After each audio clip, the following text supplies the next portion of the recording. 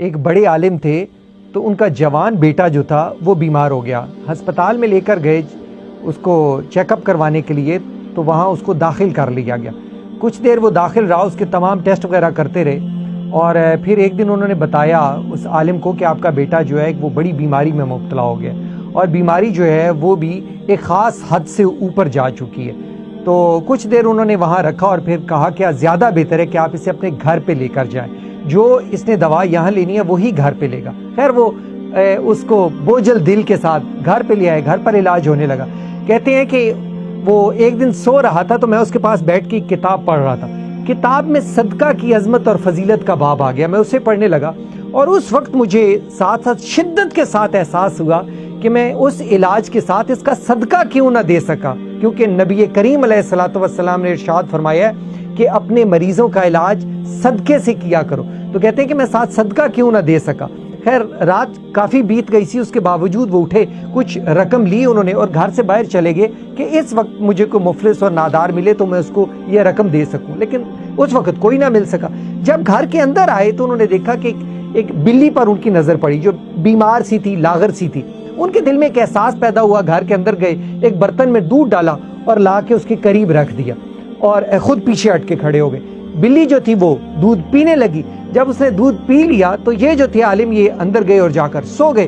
کہتے ہیں کہ جو ہی میں سویا میری آنکھ لگی تو میں خواب میں دیکھتا ہوں کہ میرا بیٹا لیٹا ہوا ہے اور ایک کوا ہے میرے بیٹے کے سر پہ, وہ چونچ مار رہا ہے بڑی تیزی کے ساتھ. میرا بیٹا جو ہے وہ بڑی تکلیف محسوس کر رہا ہے. کہتے ہیں کہ اور اتنے میں نے دیکھا کہ وہی بلی جس کو میں دودھ پلا کر آیا تھا وہ بھاگتی ہوئی آئی ہے, اس نے کوے کو گردن سے پکڑا اور بھاگ گئی. کہتے ہیں یہ میری آنکھ کھل گئی.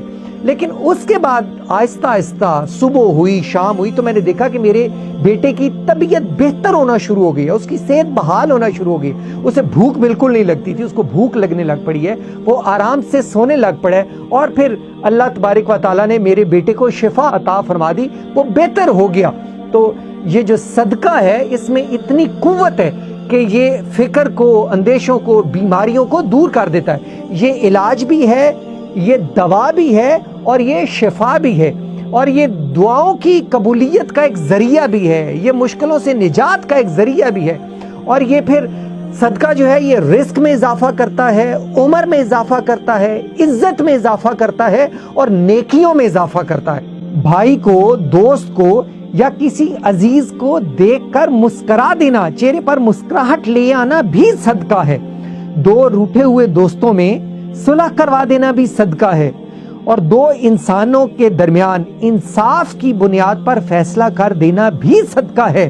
بھٹکے ہوئوں کو راستہ دکھا دینا یہ بھی صدقہ ہے, اور اگر کوئی کمزور نظر والا ہو تو اس کا ہاتھ پکڑ کر اسے منزل پر پہنچا دینا بھی صدقہ ہے. کسی راستے سے کوئی رکاوٹ ہٹا دینا, یا پتھر اٹھا دینا, یا کانٹا ہٹا دینا یہ بھی صدقہ ہے. کسی مریض کی عیادت کر کے اس کے پاس بیٹھ کر تسلی کے دو بول بول دینا بھی صدقہ ہے.